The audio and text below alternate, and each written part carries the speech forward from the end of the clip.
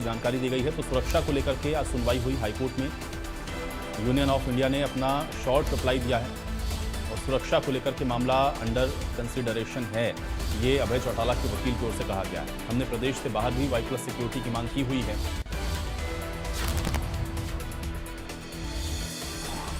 ये चंडीगढ़ से खबर आप तक पहुंचा रहे हैं। अभय चौटाला की सुरक्षा को लेकर के आज हाईकोर्ट में सुनवाई हुई है। अभय चौटाला के वकील की ओर से जानकारी दी गई है। सुनवाई में क्या कुछ हुआ है, ये वकील ने आज जानकारी देते हुए बताया है।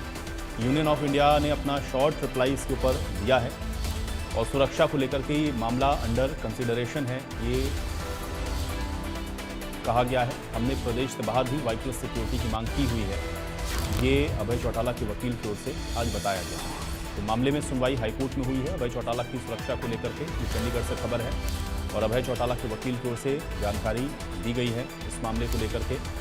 यूनियन ऑफ इंडिया की ओर से अपना शॉर्ट जो रिप्लाई है इस मामले पर दिया गया है। सुरक्षा को लेकर के मामला अंडर कंसिडरेशन है, ये कहा गया है और प्रदेश के बाहर भी वाई प्लस सिक्योरिटी की मांग की गई है।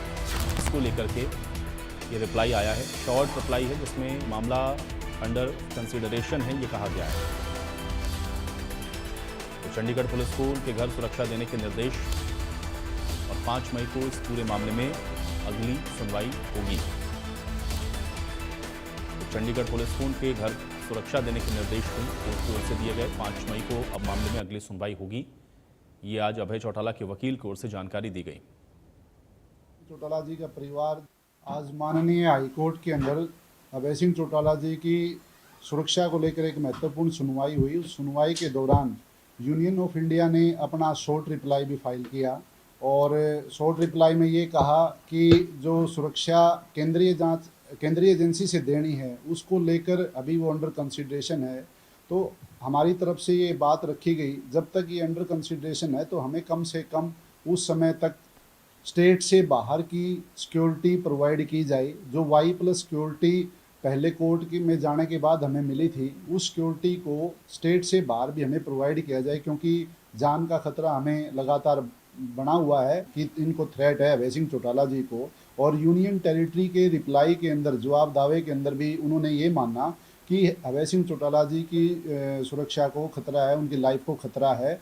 और दोनों बातें होने के बाद भी यूटी एडमिनिस्ट्रेशन की तरफ से अभय सिंह चौटाला जी के आवास के ऊपर किसी भी प्रकार की कोई सिक्योरिटी ना तो प्रोवाइड की गई है और ना ही स्टेट गवर्नमेंट के द्वारा स्टेट से बाहर किसी प्रकार की सिक्योरिटी दी गई है।